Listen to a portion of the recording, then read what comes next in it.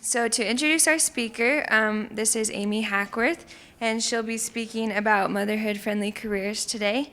Just a little bit about Amy. She graduated from BYU with a degree in English teaching. She's a writer and mother of two, and co-owns a photography business. She's also a New York Times bestselling author. She also writes a weekly column about motherhood, self-improvement, and life in general at designmom.com. So let's all give her a warm welcome.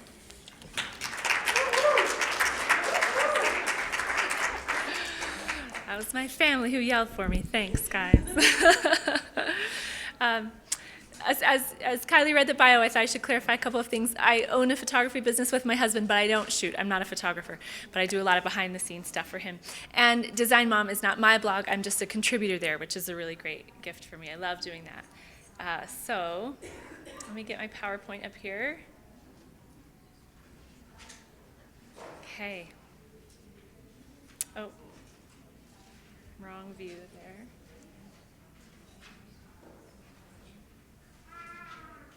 Okay, I think it should be up. Oh, it keeps going. Oh, great. Oh, perfect. That's perfect. So I'm going to talk today about creating a motherhood-friendly career. The topic I was given was motherhood-friendly careers. And as I thought about that, I want to talk about creating a motherhood-friendly career because I think you can be a mom and have a career in almost any area. I don't feel like there's a set of jobs that are great for moms and a set of jobs that aren't. And there probably are some things that don't cross over very well. But I love the idea that when we're doing what we love and what we're good at, what's in us, there's a way to make it work to be a mom and to also have a career.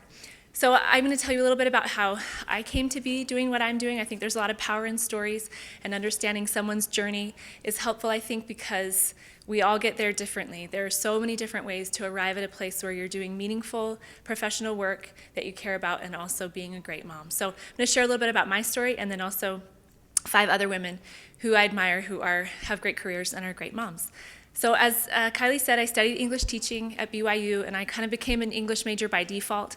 At Rick's College, I think I was a freshman, and I found a class in the catalog called Intro to Literary Criticism, and this is like the bookish nerd in me. I was like, I have got to take that class. I was dying to get into Intro to Literary Criticism, but it was for majors only. And so I thought, okay, well, I'll become an English major. I hadn't declared a major yet and wasn't really sure what I wanted to do, but English was a great fit, and I maybe just wasn't self-aware enough to realize that's where I should have gone, but that kind of pushed me over the edge to realize this is where I want to be. So I studied English, and then at BYU I added an education component. I love teaching, and I'm passionate about that, and I felt like a secondary education degree would be sort of a practical addition to my English major. So I did that, but in my last year in school, I got a part-time job working for a mentoring program, kind of like Big Brothers Big Sisters, which most of you have probably heard about. I was pairing at-risk youth ages like 8 to 14 with a college-age mentor, which was really fun, and they would just hang out and be a good example. And I liked the idea of that job more than I liked the job itself. There was a lot of administrative stuff that I wasn't very good at, and it took me a while to figure out. So I loved and cared about that idea, and the whole idea of changing the world. It wasn't a very good fit for me, but that's okay. We make mistakes, learn, move on. Then my husband and I had our first son, and I decided to stay at home with him. As much as I loved the idea of having a career and I loved my education, it was really important to me to stay at home with our kids, and that's where I wanted to be. I'd also always wanted to be a mother, and I felt that was really important to be at home with our boys. So we have 2 little boys. About a year after our second son was born is when my husband Justin and I decided that he would pursue a photography business full-time, that he would quit his other job that had been supporting us, and we would start this full-time business doing photography. And so I started working then mostly like in an advisory capacity. but if you're the spouse of someone who owns their own business, it really is a shared responsibility, I think. Do you think? So I did some marketing ideas and some writing and bookkeeping, and I've continued to do that, and that fluctuates a lot. My role in the business fluctuates a lot, but I definitely work in the photography business. And then in 2007, I started to get involved in a writing conference that used to happen here at BYU, but now happens in Sandy. If any of you are interested in writing for children, this is such a great conference. It's all about picture books and early readers, middle grade novels, young adult fiction. It's called Writing and Illustrating for Young Readers. If anyone's interested, I'd love to talk to you about it later. It's a great conference. They bring in these nationally published authors who mentor aspiring writers for a week. And so since college, I hadn't written a lot, still sort of had it in my heart, but I didn't have a lot of confidence in myself as a writer in college, and sort of nurtured that along through this conference. That became my education and the community around that conference, which happens for just a week every summer. So I got involved in that again and started thinking of myself as a writer. I think in college I hadn't been confident enough to really own it, that I was a writer, that's who I was. So I became involved in this conference, and then in 2011, I was invited to interview for a position that I really, really wanted to do so much. I was invited to become a co-author for a person to help tell her memoir. She had this really incredible story, sort of tragedy and triumph, and I was invited to interview for that position to be her co-author, which was really exciting for me and something I really wanted to do. I did not, at the time, have much publishing credit to my name. I had written an essay, a small essay, in a small book that had really narrow distribution. And so I felt really lucky to be invited to interview. And then I got the job, which felt like a gift. As I got in the process of working on that book, it felt like sort of like a confirmation that God knew what I wanted, that really a desire and kind of a dream of mine had been to write a book, but also to parent and to be a mom. And I had been able to be at home with our kids. They were 5 and 7 when I started the book project, and I was able to do that and had been able to do that and be there for my little ones. But I felt really honored, like my desires were being honored in being given the opportunity to work on this book and being trusted with such a great story. So that sort of affirmed my work and my role as a writer, which I think has been important for my confidence, to say, yep, this is really what I do. A lot of people around me were super surprised to learn that I was writing a book, and would say things like, I didn't know you wrote, I didn't know you were a writer, and that's just not something that had been really a part of my public self. So then it became part of my public self, and I've gotten work since then writing because people know I write. And I do a handful of freelance things, but my favorite right now is working for Design Mom. So I write a weekly column there, kind of about anything I want, and it's so much fun. I can write about anything I want, and mostly I'm writing about self-improvement and parenting and interesting stuff I find online. I mean, just like having a conversation with friends who would come over about interesting stuff. So I love that. My husband and my sister-in-law and I were talking this morning because I had my laptop out working on this, and Justin had his laptop out, and we were in bed, and then my sister-in-law who's visiting came in, and we joked about our bed office. That's where we work a lot, is in our bed, which is pretty fun. It's nice to have that flexibility. It's a huge gift to be able to work anywhere. And we all live in that world now, most of us, many of us, and the opportunity for us to have flexible careers that happen wherever we want, I think, is just increasing exponentially. I think it's an exciting place to be. So that's a little bit about my story and how I got where I am. And I want to tell you about a few other women. I'm going to put this up here so that if you're interested, you can find these people online and learn a little bit more about them.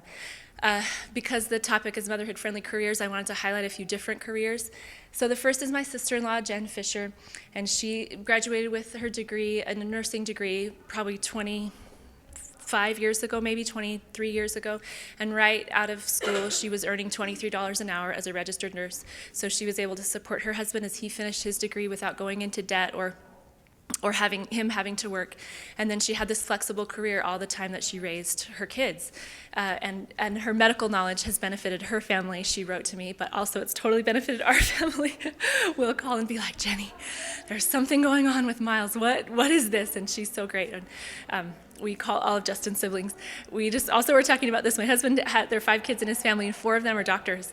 And so we refer to them and their expertise a lot. We're really thankful for that. The second woman, Lisa Clark, is a friend who lives in my ward, and she's working right now on webisodes for Deseret Book that's at prettydarnfunny.com. This series of webisodes is called Pretty Darn Funny. She's been a writer and a director there and a producer. I asked her to describe her career, and she sent me this long list of things: an artist, an actor, a producer, writer, director, a volunteer, a parent. Then she said, and I definitely consider that a career choice, a parent. And then she said, don't put me in a box. So she does all these things and has a really flexible and interesting career that's changing all the time. Brooke Reynolds is another friend. You can find her work at inchmark.com. She's a graphic designer and an art director who graduated with a degree in graphic design from BYU and went to work in New York City at Martha Stewart Living for 5 years. Then she left when she had her first child, but has continued to get freelance work from those connections that she made. And she's worked on some really beautiful book projects and does a lot of really interesting and beautiful work. She has 4 children.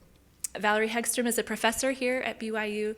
She is a Spanish language and literature and theater professor, so she has a really interesting job as well. She travels a lot to Spain and Portugal, and she's right now the coordinator of the Women's Studies program, so that's why I put the Women's Studies address up there. And she wanted to mention her flexibility as a professor. Right now, she's on campus about 2 days a week for 3 to 4 hours at a time, and then she can work at home or while she's traveling. She has a 15-year-old son who she homeschools. Her other kids are older, but they were also homeschooled, so she wanted me to especially mention the flexibility of her career has been really incredible. And she writes about women's lives. She's uncovering these women who lived and wrote in convents in like the 1500s in Spain. So she'll travel to Spain a lot, and I think I have a quote from her later on about the work that she does. So she's doing super interesting work too. And then my friend Sally DeFord studied English at BYU, but is now working as a bookkeeper from her home in Colorado for an ad agency in New York City. And she's supporting her family in a lot of ways through that. And she talks about the value of her career is sort of keeping her sane, doing something besides home and motherhood that can be a creative outlet for her.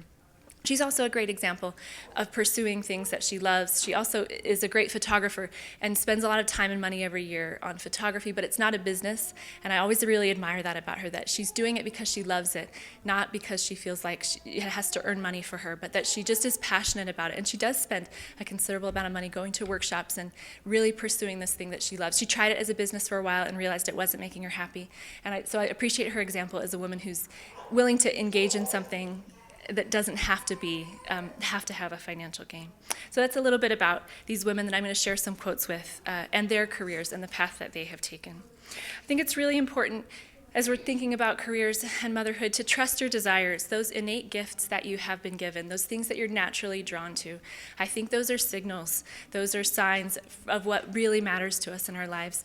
I think they're divine. I think that's the path that will bring the most value and happiness to us. So the things that you are naturally drawn to, like I was naturally drawn to English but didn't really realize it, I think that has some value as we think about the kind of careers that we want to pursue. I also think if you do what comes naturally to you, then you're more likely to find work that is a good fit for you. I think it comes sort of like the law of attraction, that you're a good fit and work comes. Brooke Reynolds talks about this, the graphic designer, that work has just continued to come to her because she loves what she does and she's good at it, and so she continues to get work. I think that happens easier when you choose a career that is a natural fit for the gifts that you already have. Okay, so here's the quote from Valerie, the professor. She says, "I love traveling, researching, and writing. I love recovering women's lives and writing in old libraries, archives, and convents." So she totally goes to Spain and these old convents, into their ancient libraries, and digs out these books of women who were writing poetry in the 1500s. Super cool. So she says, "I'm like Indiana Jones, and I love it. I love mentoring my students, literature students, theater production students, study abroad students, and women's studies students. My education and career are fun and fulfilling." And I think that's what we're looking for. When you have that kind of passion about what you do or what you're interested in doing, then I think you're on the path to finding a really fulfilling career that will fit with the life that you want. Always seek wisdom as we're pursuing a career. I think as we're being people on earth and women in the church, it's so important to always be pursuing wisdom. And I don't know if you heard Courtney Kendrick speak a couple hours ago, I guess at 10 o'clock. She talked about that we have this responsibility, sort of this mandate to always be learning, and I think that's essential. And I couldn't decide which was the best word there, like wisdom or knowledge, or always seek learning, or education. So I just wanted to put it all up there. Those are the things that we seek after, and I believe strongly that these things make us great people, and that makes us great mothers, and will help us have great careers. I like this quote from President Hinckley: Education will increase your appreciation and refine your talent. It's just good for us. And I have a hard time putting in words how strongly I feel about the value of education. I hope that you're experiencing that in your classes as you're learning and having your lives changed by what you're learning. I hope you're feeling the power of that. So this is my sister-in-law, Jenny, again. She says, despite a concerted effort, I've been unsuccessful in identifying a way that my education has not been a benefit. Even if I never worked a day in my life, the things I learned in the classroom have been so valuable. Learning has been such a pleasure and has resonated with the restless yearnings of my soul. It's given me peace, strength, joy, and confidence, and comfort that I'll have something to take with me eternally. So I feel like that's a great description of the power of education. A quote from Eliza R. Snow: "The greatest good we can do to ourselves and each other is to refine and cultivate ourselves in everything that is good and ennobling." And I think that's really beautiful. That comes from Daughters in My Kingdom, which I'll talk about in a little while, but hopefully you all have this and know about this new book from Relief Society. I think that seeking wisdom helps us engage in an abundant life. In the New Testament, the Savior says, "I've come that you might have life and that you might have it more abundantly." And I've always been drawn to that verse. I love the idea that there's an abundance in life that's waiting for us, and that that's the life that Christ wants us to enjoy. And so I think this is an excellent way to engage in that abundant life that Christ offers through engaging in learning, engaging in education always. I think it expands our awareness. And so when I was a freshman, or maybe a sophomore, I was at Rick's College and taking an intro to photography class. One lecture, the photography teacher didn't talk about photography, but just education in general. And I don't know if he really drew this shape on the board or if this is just the image that I had in my mind, but this is what I've always thought of, sort of an amoebic blob, this sort of shapeless thing that's our awareness. And he talked about how the purpose of education is to expand our awareness. And it happens little by little, a little bit here, a little bit there, until it just becomes bigger, right? And we know more, we see more, we feel more. And I loved that idea that what we're doing here, not just in college, but in life, is expanding our awareness to become better people, happier people, more compassionate people, more abundant and full people. So that sort of became my mantra of education throughout my time at BYU. I just loved that idea of expanding my awareness and felt the power of that as I got my education. And then I came across this quote about filling your life with windows that was just a perfect match for that idea of expanding your awareness. This is President Monson quoted it in a 1997 General Relief Society meeting. And I think this is so beautiful. God help us to appreciate the value of true education. If we were in this building and had only one window, so we can kind of picture that right now, because there's some little windows back there at the door, we would see only one corner of the universe. My view out that window is a brick wall, and over here a brick wall and a drywall wall, a painted wall. But a woman who has not been trained looks out on life through the little window of narrow experience. It is the business of education to fill the building of life with windows so that we can look out on the universe at every angle. And I love that. Again, that's really is the idealist in me, that's what can happen for us, is that we can look out on the universe and see all that is there. I think that's the hope and promise of education. And then I think it's really important, too, to acknowledge the gift of education in our lives. And some of you are writing that quote, so I'm just going to stay on that slide for a minute. But I think we have all been blessed. I hope most of us, it looks like most of us probably grew up in the United States where education was a free gift. And we went to elementary school without any sort of cultural pressure or problem in high school. And we're here at college without it being wrong for women to be in college. And that's a tremendous gift. There are lots of movements to support education for women and girls in third world countries. And part of that is the incredible impact that it has on that entire country when a woman or a girl is educated. So there's a great site called thegirleffect.org.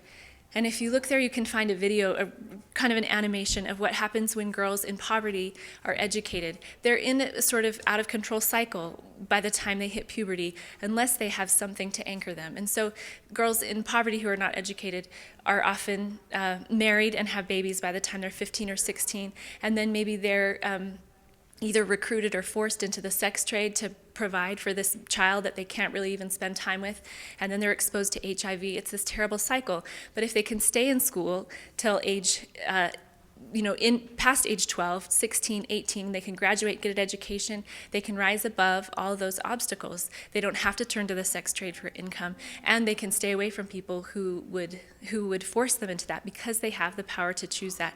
And so that's what education is offering those women. It's something that we just have been given, which is so incredible. And I think of President Hinckley's quote, "When you save a girl, you save generations." I think when you educate a girl, you educate generations. I saw that firsthand in my work at the mentoring program, the Big Brothers Big Sisters type work that I did.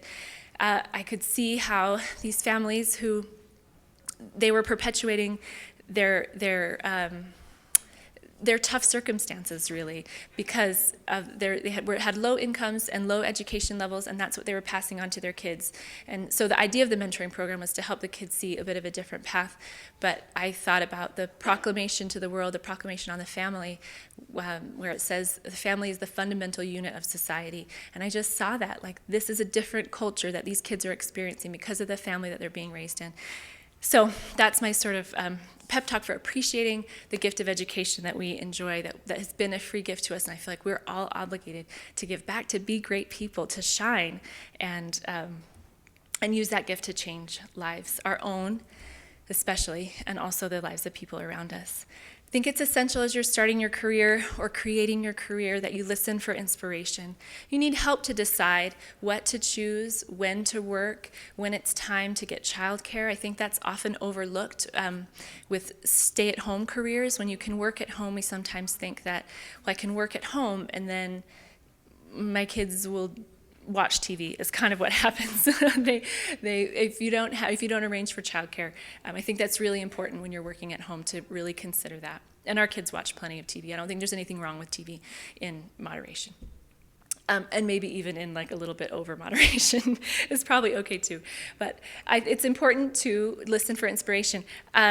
So Valerie Hegstrom, the professor at BYU, she said, children need time and presence. So remember that as you're choosing your career. And I feel like that's a phrase that's so valuable. Children need time and presence. And so that's something that as you think about your working, you'll need to seek inspiration about how do I give my children the time and presence that they need and continue with my career. Super important. And I just love that phrase so much. I need to move on here in my notes. You're probably familiar with this quote by Julie Beck. The ability to qualify for, receive, and act on personal revelation is the single most important skill that can be acquired in this life. It requires a conscious effort to diminish distractions, but having the spirit of revelation makes it possible to prevail over opposition and persist in faith. Now, after sort of my idealistic approach to education, I think how important it is, and it's important and essential for us as people and as women in the church. This is sort of the practical side. You've got to be prepared for less than perfect, and education is just key for that. I hope that all of us get exactly what we want out of life, and that if your hope is to be married and have a family and to stay at home and have your husband provide, I hope that that happens for you. And that's a gift. But so there's so many other realities in the world: death, divorce, disability, financial stress or struggles. It's all real and it all happens. So of these 5 women that I asked just a few questions to about their careers and motherhood, none of them really set out to be the breadwinner in their family, but each of them at some time have had their education and their career play a vital role in keeping their family alive, I guess. So Sally says, my career helped us have enough money to save and get ahead and stay out of debt when Willie started a career with good earning potential but at a low entry rate. So they knew that they were going to make a lot of money in time, but not yet. And so she was able to help them stay out of debt. Valerie says, when I was a single mom, which she did not expect when she married and had her children, my career supported us. Most single moms in the U.S. live under the poverty level. My kids and I were spared that. Jenny says, over the course of our married life, Brent has been laid off 4 times. Each time, I've been able to step right in and go back to work or increase my hours to become the sole breadwinner. And then Brooke, the graphic designer, says, I've never been the breadwinner in my family. The money I make is extra money we put in savings or use for big purchases like a car. But a few years ago, my husband was switching careers and out of work for about a year. I was so glad that I could work and pick up a few extra projects here and there. Projects seemed to just come my way that year. And because of my work, we didn't have to dip into our savings or lose our nest egg. So that's pretty incredible. It's just part of being prepared, being self-reliant. And here's some, I guess, tenets of self-reliance, again, from Daughters in My Kingdom. We hear a lot about self-reliance in the church, and I see these as responsibilities that we develop with our spouse, right? And no, not one of us is responsible for any of these things. We share the responsibility for being in our homes and families self-reliant. But an education helps us provide for these things if something happens where we're single, and I think that's extremely important. Courtney also talked about serving society. She said the way that she serves society is being a writer. And I think that's part of being self-reliant too, is contributing, being who we are. President Hinckley has said, "You can include in the dream of the woman you would like to be a picture of one qualified to serve society and make a significant contribution to the world of which she will be a part. Set your priorities in terms of marriage and family, but also pursue educational programs which will lead to satisfying work and productive employment." It's just valuable in our world. Okay. Another really important aspect of having a career as a mother is to develop good habits. And as much as you can do that right now, do it. I'm speaking from the other side of having terrible habits and having to learn. I still struggle with sort of the basic habits of home management and just keeping a house and a family going. So learning these things now is not going to hurt you, and it's going to make your life so much easier when you have a family. The first thing to mention is budgeting and saving. Just learn now how to do it. And that was something I totally didn't learn as a teenager and even an early college student. I remember a girl in my parenting class at BYU, before class started, she opened her binder and she had this piece of graph paper. And she was writing down her expenses for the day and deducting them from what she, like, it was just like a checkbook balance, but it was this whole big 8.5 by 11 sheet. And I was like, what is that? And she explained to me that this is how she did things. And I was like, oh my gosh, I just didn't even think that way as a student, and not for all that long into our married life either. So I would suggest that learn to budget and save now and take care of that. That is really an essential grown-up responsibility. I'm super embarrassed and ashamed that I don't have it down, but I don't. So how about you guys do it? Prioritize. Learn now to prioritize and understand what's important in your life. I tend, and I think many of us tend, to think that we can do more than we can do. I'm always filling my plate fuller than it should be. We sort of have an ongoing joke that my estimator is broken, and I estimate that I can do way more than I really can. And so I often end up feeling frustrated and overwhelmed at the end of a day that hasn't worked out. So practice now learning to prioritize and organize your time and use it wisely. On that note, I want to share with you these two different versions of prioritizing. One is from Lisa Clark, so she's the performer, actor, comedian. And she says, "Don't be ashamed to say you want to spend as much time with your children as you can as they grow up. I'm not ashamed that my career has changed because I wanted to be a mother. Think of it as an opportunity to model to your children the importance of finding a creative means of expression, which is important for everyone. Some people say if you take time off, you'll become obsolete, irrelevant, but that's not true. A career will always be there. Your kids won't always be there, and you can change your career more easily than you think. Your career should fit the need of you and your family. You don't need to fit one mold, but sometimes that means making your own opportunities." That's her perspective about staying involved in your career, that you can come and go and you've got to be flexible. And then here's Brooke, the graphic designer, who says almost the exact opposite. Keep in the game. It's tempting to say, I'll just stop working while my kids are young and then jump back in when they're school age. In most careers, that's not so easy. I have purposely stayed in the game, even when it's been hard, because I always want to be working. Technology changes, and even if I take a few years off, it would be difficult to get back on track. I also think people tend to work with people who are able to work, and if you start saying no to everything, eventually people will stop calling. So I think that's interesting to hear two different versions of the same thing. Both women are interested in their families' well-being, and they're interested in being great moms, and they're interested in their careers, and they have different ways of going about it. So I wanted to share that with you in terms of prioritizing. Make menus and plan meals. Learn how to do that now. This is a great opportunity to do it. Your kids are going to be hungry every single night. They're going to want to eat. Oh, that reminds me. Lisa wanted me to share. So prettydarnfunny.com, if you go to prettydarnfunny.com, you can look for a parody they did of the Hunger Games. I think you maybe go to episodes. I'm not sure how to find it exactly. The site's not hard to navigate. So go to prettydarnfunny.com and look for this little parody of a trailer for the Hunger Games. And it's about that. It's about how your kids are going to always want to eat dinner. They're always hungry. So learn now to make menus and plan meals, and you'll save yourself a lot of heartache at 4 o'clock in the afternoon when you're like, oh, what are we going to have for dinner? Make your bed. Maybe you're familiar with Gretchen Rubin's book called The Happiness Project. It came out a few years ago, and one of her tenets of happiness is that outer order soothes inner chaos, something like that. And her suggestion is that you make your bed every morning.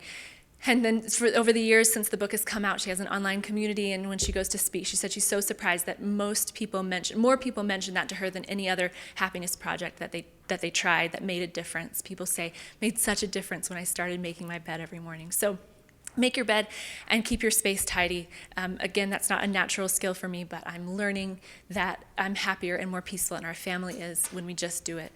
So again, Lisa Clark, this comedian friend, an actor, writer, she does all these great things. She's also really great at keeping the house clean. She has a great analogy that helped me a lot.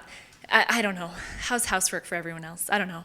Maybe you're all super clean, and I'm just up here like telling you all my bad habits. But we look at the kitchen sink, say, or the bathroom sink, and we're like, oh my gosh, that's so dirty. That is gross. When am I going to clean that? I don't want to clean that. Oh, I'll do it later. And then we walk away and go about our day, and then we come back to the sink the next time. We're like, oh, disgusting. Who is going to take care of that? That's so gross. Ugh. And then we just sort of agonize over it, and her suggestion is to just do it. Treat it like brushing your teeth, like little things like picking up your shoes from the door, hanging up your coat, all these things that sort of tend to pile up and add up and make us crazy. Treat it like brushing your teeth, and you probably never wake up in the morning before you leave the house and you're like, should I brush my teeth today? I don't know, maybe not. No, we just do it. So that's her attitude and suggestion about housework. Just get it done and get it out of the way so that you can live your life. And then my final suggestion for establishing good habits is to eschew unnecessary stuff.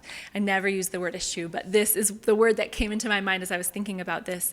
Just learn now to say goodbye, to get rid of things that you don't need or that don't matter in your life. I just recently read this from two sort of success, happiness experts about not accepting free stuff. You know, when you go to a conference or something, or maybe your roommates are leaving some things behind, you know, random mugs, or at a conference there's all kinds of free stuff, t-shirts and mugs and water bottles, and we take it because it's free, sure, why not? Or, you know, someone's giving you some things. Learn now to just say no to that extra stuff in your life, because if you gather it, you have to pack it and move it and take care of it and find a place for it and put it away. And so life can be simpler, especially if you're a working mom, if you have less stuff. Simple, simple. Okay, so there'll be times when you'll need to course correct, and I sort of talked about that earlier with inspiration, but I think that is super important. To just realize that, and that's going to happen no matter what we do in life. In motherhood, in our careers, as students, always, you'll need to course correct. You have to check in with yourself and see how things are going.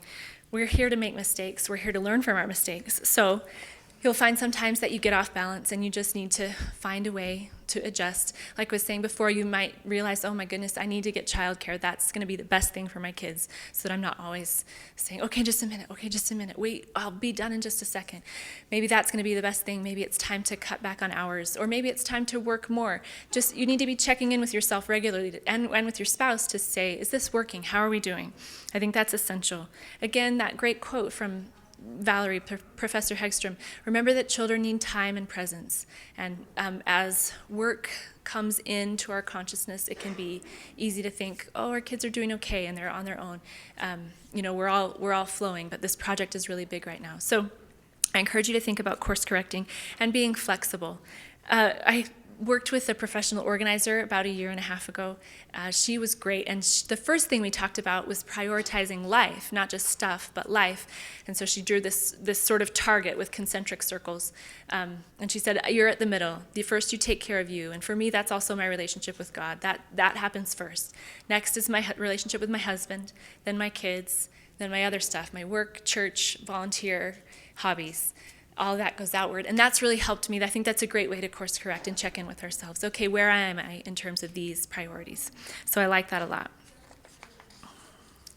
This is one of my favorite quotes. And good judgment comes from experience, and experience, well, that comes from bad judgment. That's how we learn. That's just what happens. That's the process. You can find this attributed to so many different people. I didn't source it because, like, from I don't know, there was like a Sufi poet to Will Rogers. So there's a wide range there. I'm not sure who to give credit to for that. But I think that's really important to remember, that in this process, there's going to be some bad experience, some bad judgment, and we'll learn from it and we'll get better. I think it's super important that we reach out to each other, that we find support in our sisterhood, that there's great power in connecting with each other and being willing to connect with each other. I loved, again, what Courtney said at the end of her talk. She said, do we all have someone to tell our stories to? That's super important, that we connect with each other, especially in our online world. A friend was recently telling me about her friend who received a whole ton of birthday messages on Facebook, and that was awesome. But she realized that a handful of those people a few years ago called her on her birthday. but now they can just say it on Facebook, and she missed that personal connection. So I think it's really important to remember that we need to find support in each other, that our real relationships in real life really matter, especially as women and mothers. You will find, I think, there's great comfort in realizing that someone has been through what you're going through. When you're having a crazy day with a 2-year-old and you feel inadequate and really annoyed, frankly, and you're not so sure that being a mother is all that much fun, there's such comfort in talking to someone else who's been there and who's done that, and they turned out all right, and their kid turned out all right, and everything's happy. Such a gift in being able to connect with each other. So I want to really encourage you to think about that, finding support in our sisterhood. I want to recommend Brene Brown's TED Talk. If you haven't looked it up, has anyone seen Brene Brown's TED Talk? Awesome. It's wonderful. Her name, it's Brene Brown. And you can just look it up at TED. She gives this great talk about vulnerability and how important it is to share the real side of our lives with each other. And that's, I just am learning more and more how important that is to share the reality of our lives. There will be stigmas between working mothers and non-working mothers in your life, and maybe you've already felt that, and there can be a tension, and I would suggest that you dissipate that you appreciate and value everyone's work and what everyone's doing, that again, we think of our opportunities and relationships as an opportunity to support each other. The church needs strong and smart and thoughtful women, and that's you guys, especially in the coming years, I think. Our society needs strong and smart and thoughtful women, but the church needs you to be strong, to be who you are, and to share and to contribute. Spencer W. Kimball talked about Relief Society as a wide and extensive sphere of action, and I love that. That's our mandate. That's what we do. We have a wide and extensive sphere of action. We have to live it. We have to be strong and powerful. This is a little bit of a tangent, but I wanted to talk about Daughters in My Kingdom for a minute. So, I'm not sure. Daughters in My Kingdom is super unique because it's the only book that's been published by the church and given to every woman in the church that's all about the women. This is the story and history of Relief Society, and we've never had this as a church-wide gift to all the women in the church. This is our heritage. These are the women who shaped the life that we enjoy now in so many ways. And I think it's really important for us to understand who these women were, the sacrifices that they made. The heart of their sacrifices is the same as what we'll do, even though our work looks completely different. And last weekend, or 2 weekends ago, I heard Julie B. Beck talk about it. So she was the General Relief Society president when the book was compiled and worked on, and they talked a lot about how to distribute it to the sisters, and they had some big ideas about doing some big thing to give it to everyone. You know, I'm sure like a broadcast or an extravaganza, I don't know. In the end, they decided that wasn't right. It just didn't feel right, that they would just give it as a gift to all the sisters in the church, and then like any other gift, the sisters could do with it what they wanted to. They could open it up and enjoy it and experience it and have it enrich and change their lives, or they could set it aside. And that really touched me, that it was that was their intention. In the end, all this work they put into it, they just decided that the sisters could decide what they would do with it. So I really want to encourage you to dive in to Daughters in My Kingdom and understand where we came from, what our heritage looks like, so that you can continue to tell this story, like Courtney said, or that great question. Courtney received a great question at the end about how do we change the world's perspective of Mormon women. We have to be interesting, smart, thoughtful people who know our history and know where we're going. And I just think that's, again, extremely important. I feel like I've said that after everything. It's just really important, you guys. So that's my message, is that you have work to do. Each of you has a gift, a talent, an interest, something to give that's so valuable, and that the world won't be the same without. When I was in college, I really bought into the idea of playing small, and that I was not a cog in a big wheel that could really affect change, but I was a tiny cog in a tiny wheel that didn't do much. And I felt like the big changes in the world were going to happen like they were going to do it. You know what I mean? There's this random sort of they get things done, and they make things happen. And I really bought into that idea for a long time. I mean, well after college, I believed that that's sort of how things got done and how the world changed, that it was external and separate from me. And then I kind of got thinking about contributions that people have made, big contributions that affect our everyday lives. Started with a single person, electricity, started with someone playing around and trying some things. Then someone else came along and improved it. Computers are a great example of that. Things that we rely on every day, cars and our energy system, architecture, everything started with one person had an idea and they did their part, someone else came along and did their part, grows and changes, it becomes something else. So that's really changed how I thought about my contribution and each of our individual contributions. All of us have a work to do that will matter. And if it doesn't make it on the news or become, like a Google Doodle or something, then it still matters. It matters to the people around us. It matters to our children tremendously. And it matters to the people that we interact with. When we shine, other people can shine. And so, shine, contribute. And I can't wait to see what you have to do. So that's all I have. But I'd love to take questions or comments if you want to talk for a minute. And if not, we're done. Great.